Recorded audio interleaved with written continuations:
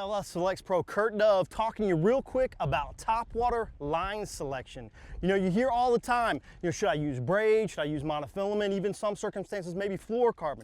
I want to talk to you real quick about a few tips on when I like to use my braided line.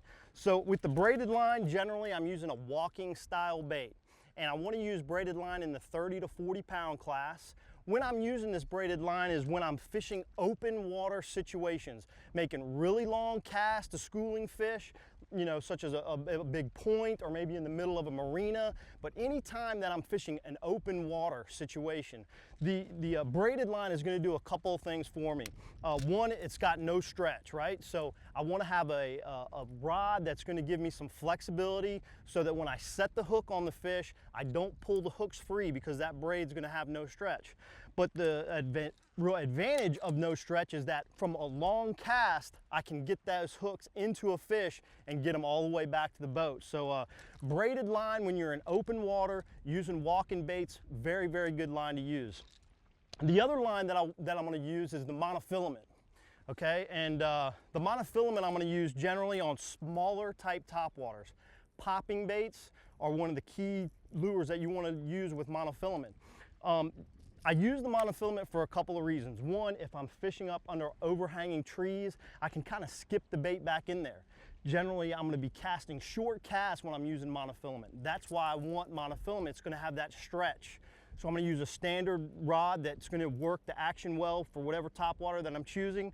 But having that monofilament with a little bit of stretch, I'm going to have good, short, precise casts, and that stretch is going to keep me from pulling the bait away from the fish too soon. So be sure you match your line, whether it's braid, fluorocarbon, or monofilament, with your topwater fishing based on lure selection and technique that you're going to be provided. You're going to catch a bunch more fish. So going back through the braided system with your topwater plugs, again, I'm going to be using some kind of walking bait when I do this. It's going to allow me to cast really far.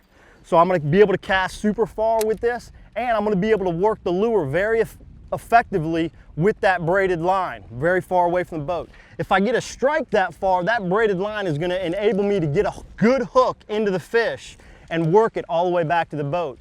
One of the real keys to this is also having a little bit of a limber tip rod so that you can work the bait properly and you don't pull the hooks out of the fish once it's hooked up. So once again, the braided line, super long casts, schooling fish, fishing open water, that's when I want to use this type of line for my topwater fishing. Line selection with topwater fishing. Going over monofilament.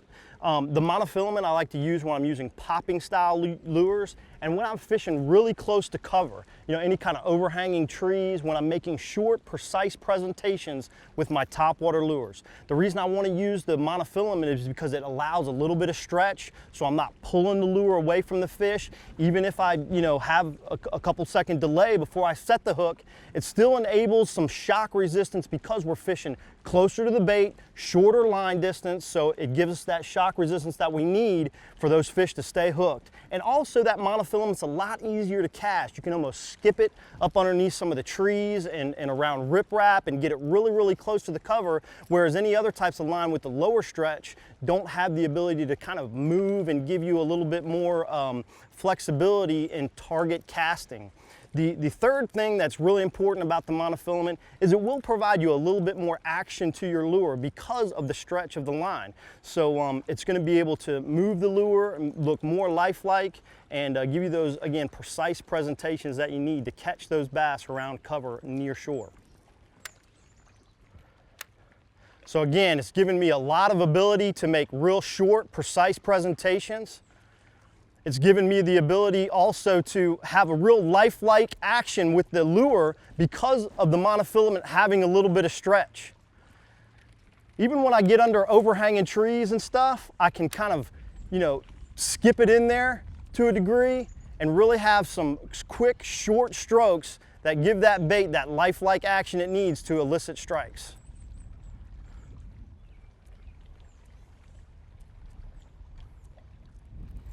We're hooked up, we're hooked up, we're hooked up. We got a big one. Ah, yes! Not quite a scoreable bass, but a bass nonetheless.